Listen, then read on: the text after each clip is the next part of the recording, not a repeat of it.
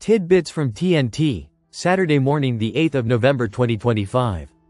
Listen to the full version on the official dinarreport.com blog and become our supporter on Patreon. Tisfwash. I know it says 2027, don't let that bother you. I don't recall ever seeing an article like this about the rupiah Rp1000 becomes Rp1? Indonesia eyes rupiah redenomination bill by 2027. Jakarta. Indonesia is preparing a draft law to redenominate the rupiah, a long-discussed plan to trim zeros from the currency, with the legislation targeted for completion in 2027. The measure appears in Finance Ministry Regulation, PMK, No. 72,025 on the ministry's 2025 to 2029 strategic plan, issued on October 10 and enacted on November 3. The bill on the redenomination of the rupiah is a carried-over bill that is planned for completion in 2027, the document states. Redenomination would remove several zeros from rupiah denominations without altering purchasing power. For example, Rp1000 would become Rp1, but the value of goods and services remains unchanged. Officials argue the move is intended to improve economic efficiency, increase the rupiah's credibility, and enhance Indonesia's competitiveness, while reinforcing confidence in the national currency. The idea of trimming rupiah digits has periodically resurfaced for more than a decade. In 2023, Bank Indonesia said it was technically ready to implement redenomination, including design work and operational planning, but had not yet found the right timing. Policymakers cited three main considerations: domestic and global macroeconomic conditions, monetary and financial system stability, and social-political dynamics. The central bank emphasized that redenomination is not devaluation, but past experiences, inflation, currency crises, make the public cautious. A similar discussion emerged in 2016 under President Joko Widodo and then by Governor Agus Martwardojo. A draft bill was submitted to the legislature in 2015, but it has never been passed. Tishwash. ExxonMobil CEO optimistic after company's return to Iraq.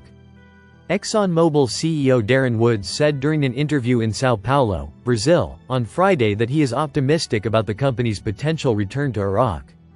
Woods, who was in Brazil's financial center to attend events related to the UN Climate Summit, COP30, added that acquisitions represent a pivotal part of the company's work in the energy sector. Tishwash. Sudanese. There is no economic, service, or developmental field in which we have not made an achievement. Prime Minister Mohammed Shia al-Sudani confirmed on Friday that his government was not formed in ideal circumstances, but it launched many projects without hesitation.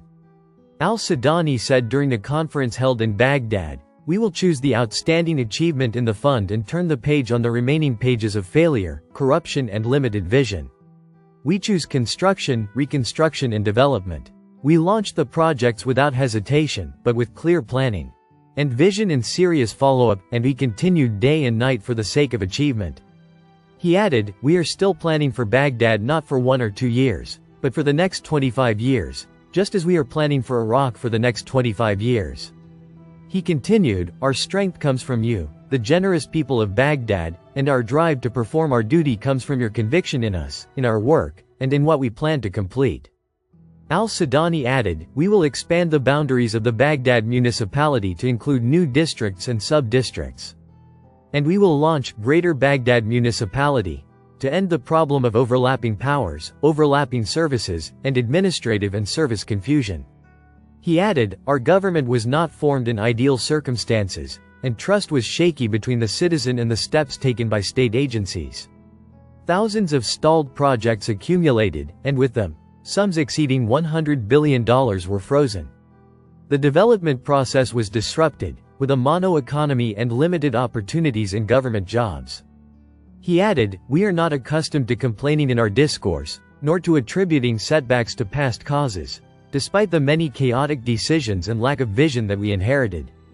We started with priorities that directly relate to the needs of the Iraqi family, youth, students, workers, laborers, farmers, employees, and all segments of society, and we focused on combating corruption and poverty and reducing unemployment. There is not enough space to list the indicators of change and progress, but we say with certainty There is no economic, service, or developmental field in which we have not made a clear and tangible achievement. The Prime Minister added, I call upon you, the people of Iraq, to support our honorable path.